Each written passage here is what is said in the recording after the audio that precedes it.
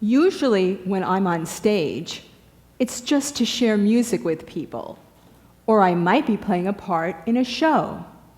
But today, I'm here to talk to you about what's going on in our country, to offer my perspective as the daughter of a Holocaust survivor, and to hopefully offer some solutions. I don't know if you've noticed, but I have that a certain segment of our population has become very empowered in its bigotry lately. Hate crimes are on the rise. Bullying has become more and more intense. I thought all this new hate would just dissipate and go away after the November 9th elections, but that was not to be. In fact, quite the opposite happened. So I knew we were all in for a very rocky ride. What was my response? To write a song. It's what I do. I wrote "I'll Have Your Back" to inspire you to stand up for people who are being targeted and bullied, and to let those people know that there are people out there that care about them. I call it a safety pin song after the safety pin movement that started in the UK after their Brexit vote, which was a parallel event to our November elections. After that happened, people became very concerned because in public places, people started being harassed and bullied. So people started wearing safety pins on their clothes to let people know they were safe people to come to for help, and also to send a signal to the would-be perpetrators that if they tried something, they might come up against more than just the people they were targeting. So, without further ado, I would like to sing "I'll Have Your Back" for you. And I will sing "I'll Have Your Back."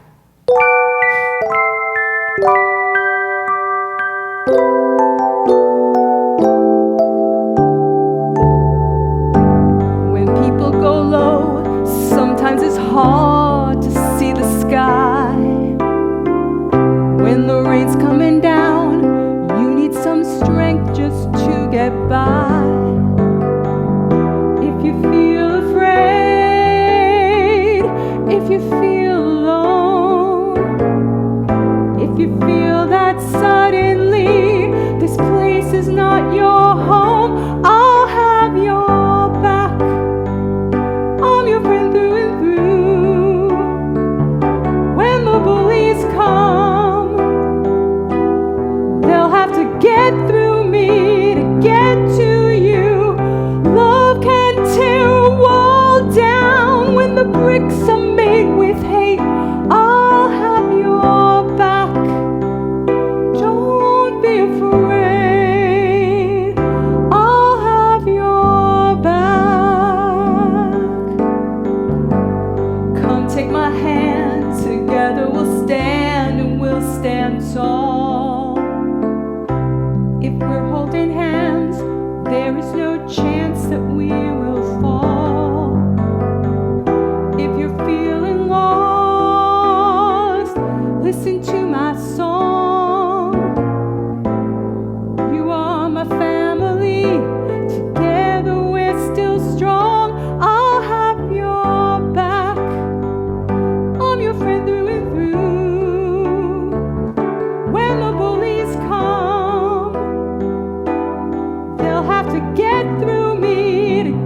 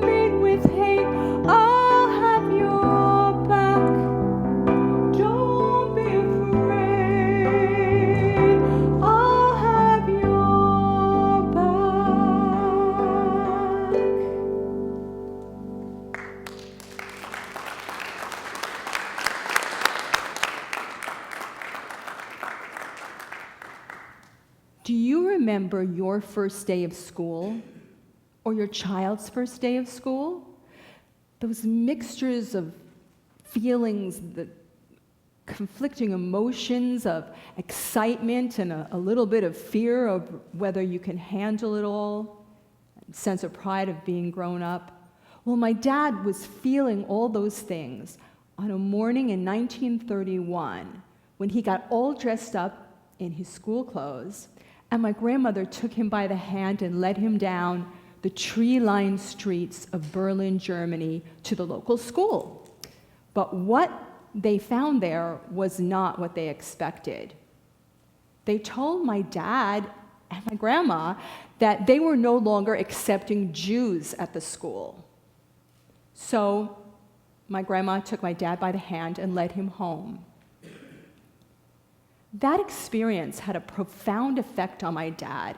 My dad was a Jewish person who survived being in Europe during World War II, and many very severe things happened to him, including being in a train station in Brussels when it was bombed and the ceiling fell down on his head. But nothing affected him more than this particular experience. It was one that he recounted to me many times. He said, "Lori, can you imagine it? I was this little boy, and I went to the school, and they rejected me." Who were these people that thought that a little Jewish boy could hurt non-Jewish children in their school? How different is that way of thinking from someone who tells their wife that they don't want their kids to go to a particular private school because there are too many Jews there and too many Hanukkah books in the library? Except that didn't happen in 1930s Germany. I'm recounting something to you that happened in contemporary America. That's directly from Steve Bannon's divorce papers. So our president's chief strategist thinks that way. When a country falls on hard times, when it seems like there isn't enough to go around,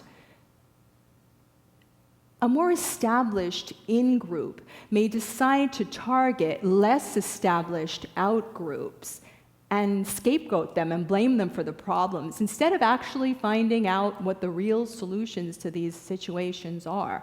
At that time, a leader can come along and tap into those feelings of hatred and aggression and capitalize on them and use them to take power. It happened in Berlin, Germany, and it is happening today in our country.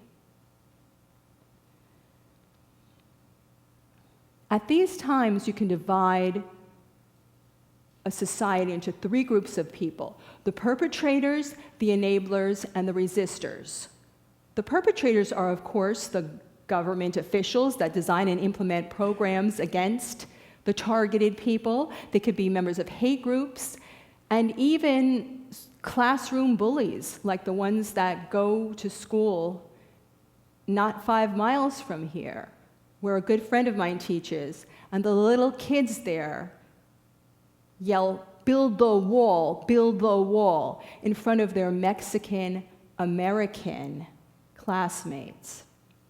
The second group of people, the enablers, are not just the ones that sympathize with the perpetrators. They're also the people who remain silent and passive for their own comfort and for the comfort of those around them. The last group, or the most important group, they're the resistors. They're the people who say, nope, that's not how I'm going to act. That's not what my country is about. I'm going to resist this. I'm going to stand up for what's right. The next important event in my dad's life was his bar mitzvah. And that happened in November of 1938 at the Oranienburgstrasse Temple, which was the main one of the Jewish community in Germany. 2 days later, Kristallnacht happened. He was the last Jewish boy to be bar mitzvahed in that temple.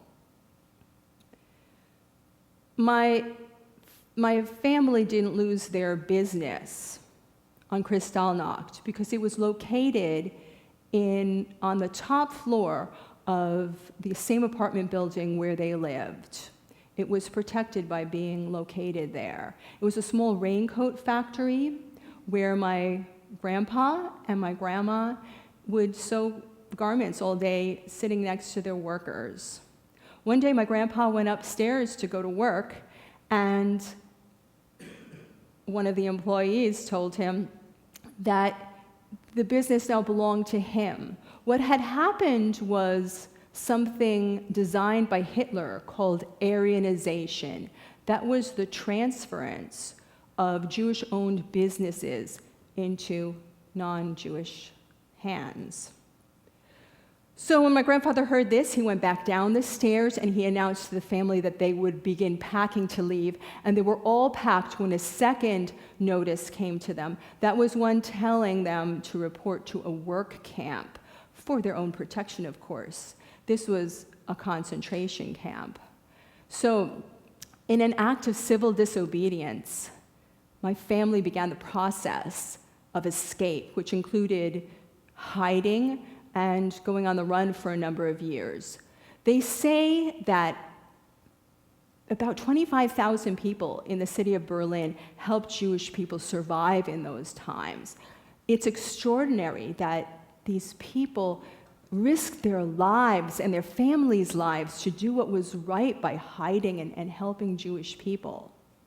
But 25,000 people were less than 1% of the total population of Berlin at the time, which was 4 million people.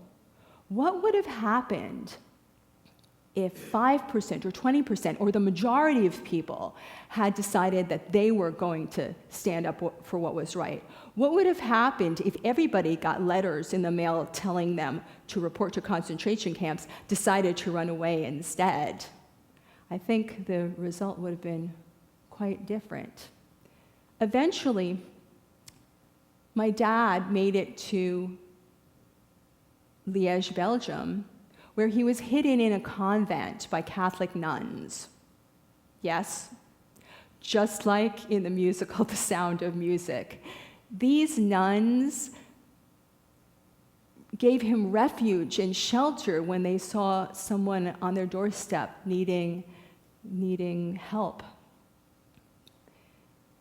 And I can tell you, I would not be alive today if it hadn't been for the bravery of nuns that helped my dad. And I wouldn't be standing on this stage here at Bergen Community College if our country had not accepted my dad and his family as refugees after the war. So, what is the answer to this? You have to resist. You know, in his famous quote, Edmund Burke said, "The only thing necessary for the triumph of evil is for good people to do nothing." So it's not good enough to just not be a racist. You have to be an anti-racist. It's not good enough to just say, "I don't hate immigrants." You have to be actively an anti-xenophobe. You have to be an anti-homophobe. You have to be an anti-Islamophobe. You have to be an anti-Semite, if that's a thing, because the perpetrators are counting on you to not resist, to not rock the boat, to make their job easy, to be quiet. But you have to stand up. You know, Hitler used to use the word Lügenpresse, lying press. It was something he invented. Every time people would find out about something horrible that happened, he would just say, "Oh, it didn't happen, the press is lying." How different is that from saying it's fake news? The other day, I spoke to someone and said, you know, in an airport near us, they separated a nursing mother from her child for a number of hours. And she said, that was fake news. Because you know what? If you don't know what's going on around you, if you don't admit it, you're not responsible for it, are you? Except you are. You are. So It's not just for the vulnerable people and for the targeted people. We have to stand up for what's right for all of us, because history shows, and I urge you to go look at the history of what happens. Things don't work out very well for countries that target their most vulnerable and weak people. It doesn't work out well for anybody. So, it's the proportion between the enablers and the resistors that's the key factor. If everybody resists, rather than if everybody enables, as what happened in Nazi Germany, if all of us resist what we know is wrong, we are going to come through this okay. So it's up to all of you. I wish you courage in your journey. Okay.